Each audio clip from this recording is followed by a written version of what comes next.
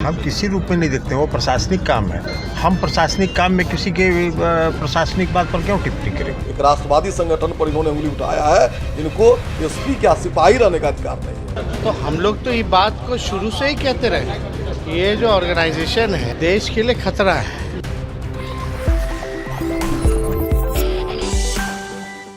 नमस्कार, मैं हूं आपके साथ स्वाति सिंह और आप देख रहे हैं दी कंटाप।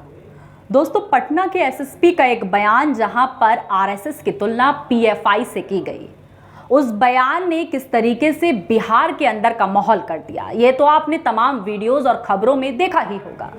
वहीं आपको बता दें कि इस बयान की वजह से किस तरीके से बिहार की राजनीति गर्मा उठी, जहां पर तमाम बीजेपी नेता और मंत्रियों के बयान निकलकर सामने आए। तमाम आरएसएस के ऐसे समर्थक निकलकर सामने आए जिन्होंने इस बयान को विवादित बयान बताया। लेकिन वहीं साथ साथ जेडीयू के राष्ट्रीय अध्यक्ष लल्लन सिंह क्या कुछ बोलते हुए नजर आए, हम आपको वो बयान सुनाएंगे जहां साफ तौर पर लल्लन सिंह रिपोर्टर्स से बातचीत करते हुए नजर आते हैं। रिपोर्टर्स ने लल्लन सिंह से सवाल किया कि एसएसपी के बयान को आप किस रूप में देखते हैं, तो लल्लन सिंह का साफ तौर पर कहना था कि हम किसी रूप में नहीं देखते हैं, क्योंकि लल्लन सिंह बोलते हुए नजर आते हैं कि भाई ये प्रशासनिक काम है, जिसका काम उसी को साझे। लल्लन सिंह ने साफ तौर पर रिपोर्टर को सीधा सीधा जवाब दे दिया कि भाई कानून का काम है, उसे करने दीजिए, मंत्रियों को बीच में मत घसीटिए। एक नजर लल्लन सिंह की इस वीडियो पर। सर, पटना के एसएसपी ने जो बयान दिया उसको जेडीयू किस रूप में देखती है? हम किसी रूप में नहीं देखते, वो प्रशासनिक काम है। हम प्रशासनिक काम में किसी के प्रशासनिक बात पर क्यों टिप्पणी करें।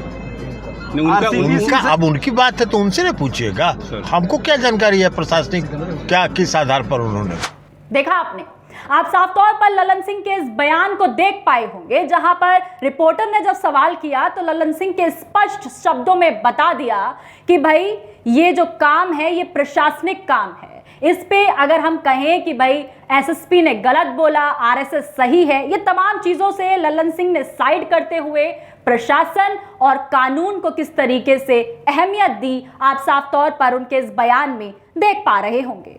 वहीं मैं आपको बता दूं कि किस तरीके से तमाम और लोगों के बयान निकलकर सामने आ रहे थे, जहां पर आपको बताएं कि बीजेपी के विधायक का भी एक वीडियो वायरल हो रहा है। बीजेपी के विधायक जिनका नाम है हरिभूषण ठाकुर क्या कुछ बोलते हुए नजर आए एसएसपी के इस बयान पर, जहां उन्होंने साफ तौर पर बोल दिया कि भाई ये एसएसपी तो दूर की बात है, सिपाही बनने लायक भी नहीं है। और इतनी बड़ी अच्छे संगठन को, इतनी बड़ी ऑर्गेनाइजेशन के लिए ऐसे एसएसपी का बोल देना ये बिल्कुल स्वीकार नहीं होगा। एक नजर हरिभूषण ठाकुर की इस वीडियो पर। उनका मानसिक स्थिति ठीक नहीं है। आरएसएस एक राष्ट्रवादी संगठन है जो देश प्रेम सिखाती है, देश पर मर मिटने की जज्बा पैदा करती है लोगों में। एक राष्ट्रवादी संगठन की तुलना उन्होंने आतंकवादी संगठन से की है, जो सर तन से जुदा करने की बात करता है, जो गजवा हिंद की बात करता है, जो जिहाद की बात करता है, जो उसके मन मस्तिष्क को नहीं मानता है, उसको जीने का अधिकार नहीं है। इसलिए ऐसे पदाधिकारी को पद पर रहने का कोई अधिकार नहीं है। माननीय प्रधानमंत्री जी का प्रोग्राम यहाँ होने वाला था और 13 ईस्वी में भी सीरियल ब्लास्ट हुआ था।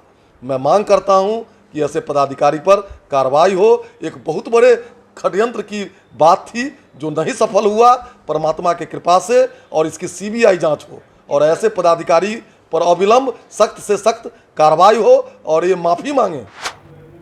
देखा आपने, यही आपको दिखाया किस तरीके से बीजेपी मंत्री का क्या कुछ बयान निकलकर सामने आया। लेकिन साथ साथ आपने लल्लन सिंह का बयान भी सुना होगा दोस्तों, जहां पर ना कोई विवाद ना कोई दाव, सीधे सीधे बोला गया कि भाई प्रशासन का काम है, जो आपने देखा भी होगा कितनी सहनशीलता से लल्लन सिंह ने अपने बयान को रखा और ये समाज को उदाहरण दिया कि बगावत से पहले आप कानून पर भरोसा रखें। वहीं विपक्ष की ओर से भी बयान निकलकर सामने आया। आरजेडी नेता तेजस्वी यादव ने साफ तौर पर बोल दिया कि एसएसपी ने जो बोला है वो सही बोला है।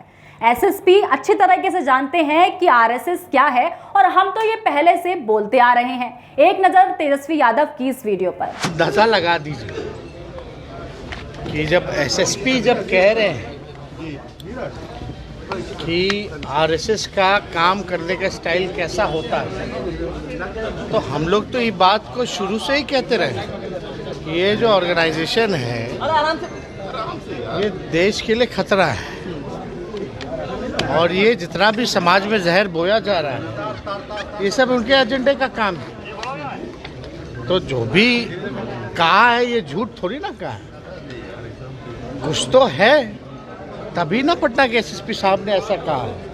देखा आपने, तो आपने बीजेपी विधायक का भी बयान सुना और साथ साथ विपक्ष का बयान भी सुन लिया, किस तरीके से एसएसपी को सही साबित किया और बीजेपी विधायक ने एसएसपी को गलत ठहराते हुए ये बोल दिया कि भाई इन्हें तो सिपाही बनने लायक भी ये नहीं है। आपको ये तमाम बयान सुनाए गए। दोस्तों, तमाम बयान सुनाने का एकमात्र उद्देश्य ये था कि आप साफ तौर पर देख पाए कि लल्लन सिंह के बयान को आप दोबारा से सुनिए और देखिए किस तरीके से इन बयानों में अंतर है। एक नजर इस वीडियो पर। सर, पटना के एसएसपी ने जो बयान दिया उसको जेडीयू किस रूप में देखती है? हम किसी रूप में नहीं देखते, वो प्रशासनिक काम है। हम प्रशासनिक काम में किसी के प्रशासनिक बात पर क्यों टिप्पणी करें? अब उनकी बात है तो उनसे ना पूछिएगा, हमको क्या जानकारी है प्रशासनिक क्या किस आधार पर उन्होंने। देखा आपने, हमने आपको दोबारा लल्लन सिंह का बयान दोस्तों क्यों सुनाया, ताकि आप समझ पाएं कि नेता का एकमात्र उद्देश्य ये नहीं होता है कि देश में आग को भड़काने का काम किया जाए। आपको बता दें कि बीजेपी के तमाम मंत्री नेता नजर आ रहे हैं किस तरीके से इस बयान को विवादित बयान बता रहे हैं।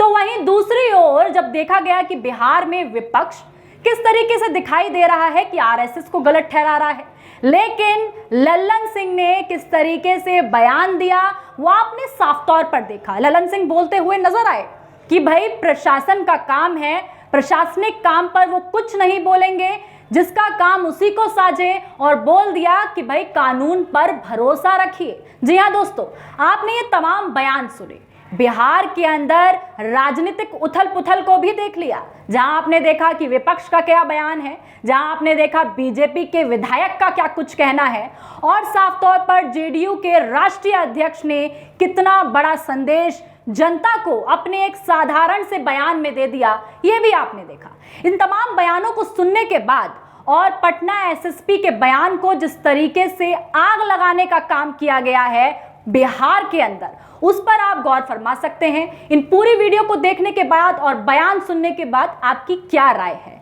आप क्या सोचते हैं, कमेंट बॉक्स में अपनी राय जरूर शेयर कीजिएगा। और अगर अभी तक आपने हमारे चैनल को सब्सक्राइब नहीं किया है तो सब्सक्राइब करना बिल्कुल ना भूलें। तमाम जानकारी और खबरों के लिए हमारे साथ बने रहें और देखते रहें दी कंटाप। धन्यवाद।